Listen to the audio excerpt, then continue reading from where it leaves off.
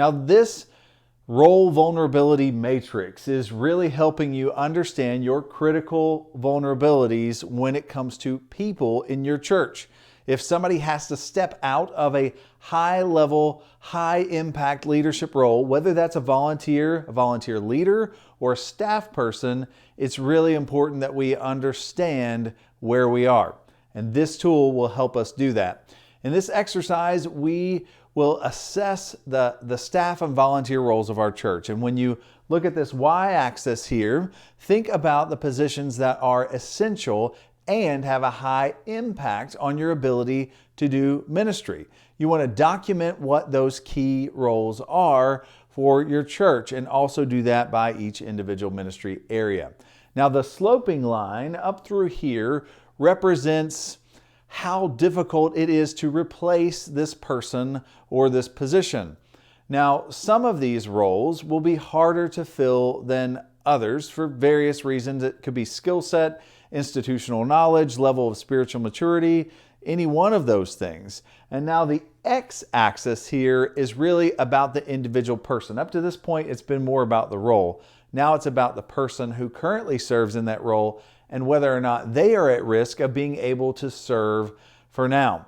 Now, normally, when we ask these questions about potential reasons for risk of vacancy, it would be things like stages of life, maybe retirement, kids leaving for college, a spouse changing jobs, and etc.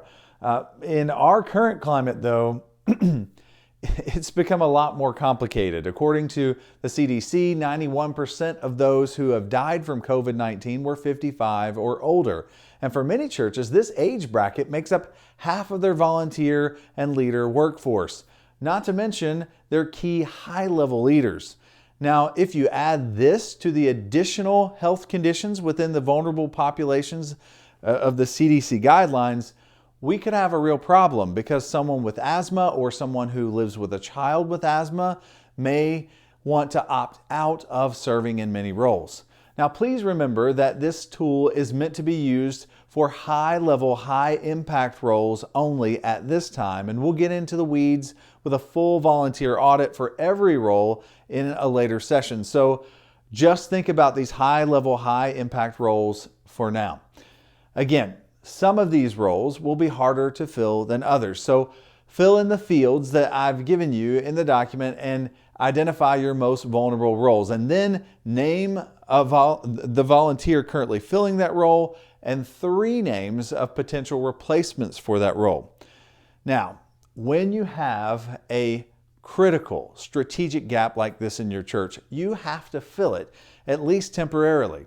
And ideally, we wouldn't want to practice leadership placement. We want to practice leadership development, and we would have been developing someone in this role for a while.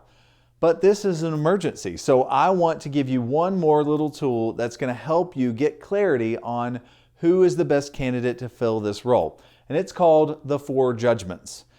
You see, we have a tendency to make an emotional decision on how much we like a person or go for the first person that comes to mind when we're in a time of emergency or crisis.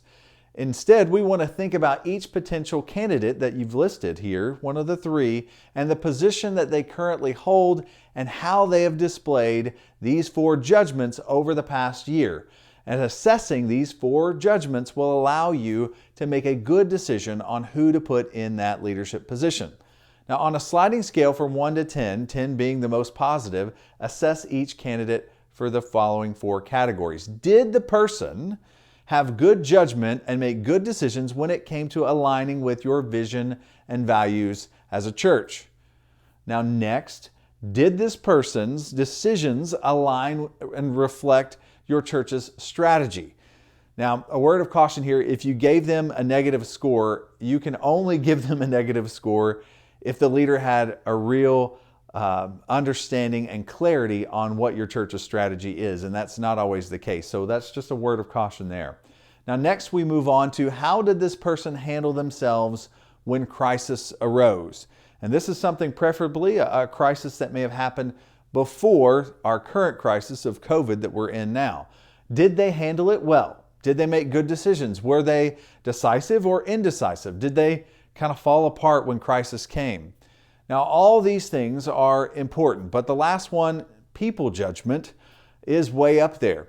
Does this person have good judgment about people? Do they lead other people well? Do they put those people into good positions? Do they show emotional intelligence in interacting with people? If so, if all four of those line up, congratulations. I think you found your person to fill that critical volunteer gap. And now it's time for us to move on and fully assess all of our volunteer roles across the church.